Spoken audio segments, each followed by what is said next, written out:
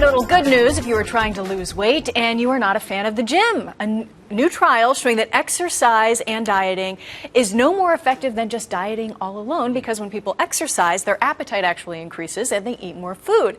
So the only way to lose weight is to eat fewer calories. Let's bring in Dr. Samadi. I think a lot of people will be interested to hear this because maybe they don't want to go to the gym so much. Or they don't have the time, or their busy schedule doesn't allow them. This is my favorite topic. So many people emailed me and said, like, how do I lose weight without going to the gym?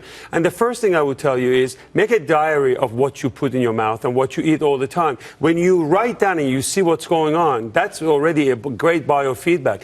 Get a nutritionist. It's important to know about the calories, what type of foods, fruits and vegetables. Educate yourself about this. Never skip breakfast, because when you eat breakfast in the morning, you jumpstart your metabolism, and that's extremely important. Start the day with a lemon water. And also add green tea and coffee. That's going to increase your metabolism. That's huge. And also get your sleep. Now, something else you can do in the kitchen.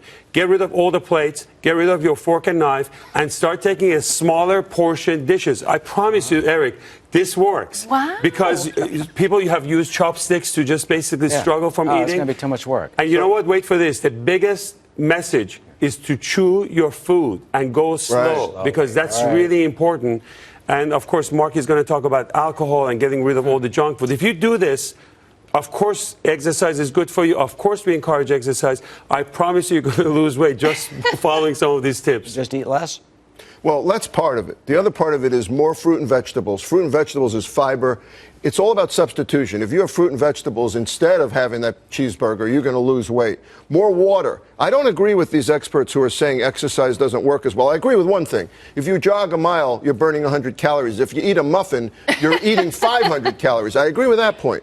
But if you exercise properly and follow it up with a lot of water, and then say to your brain, I don't want to throw that away. I don't want to throw that away. Look what I did with my day. I started it off on a treadmill or on an elliptical or on a bike. People that do that exercise in the morning, then don't immediately gorge themselves. When I exercise, I crave water and fruit. Exactly. And those are better for you. And David's point, use the chopsticks. Use smaller portions. Use seltzer instead of soda. Get rid of that soda. Get rid of that fruit juice. I think also you have to be realistic and set up a reasonable goal for yourself. When you go for 30, 40 pounds in a short period, you're not going to make it. So I think just follow those tips. Alcohol is a big time calorie. And I think exercise is very difficult. You have to be having discipline. You run for a mile, you only lose about 100 calories. That's nothing because you gain it from one bagel, etc. But follow this, because when you drink a lot of water, it already sends a system that your stomach is full. You're not going to want to have this. Green tea, it has a lot of antioxidants, increases your metabolism.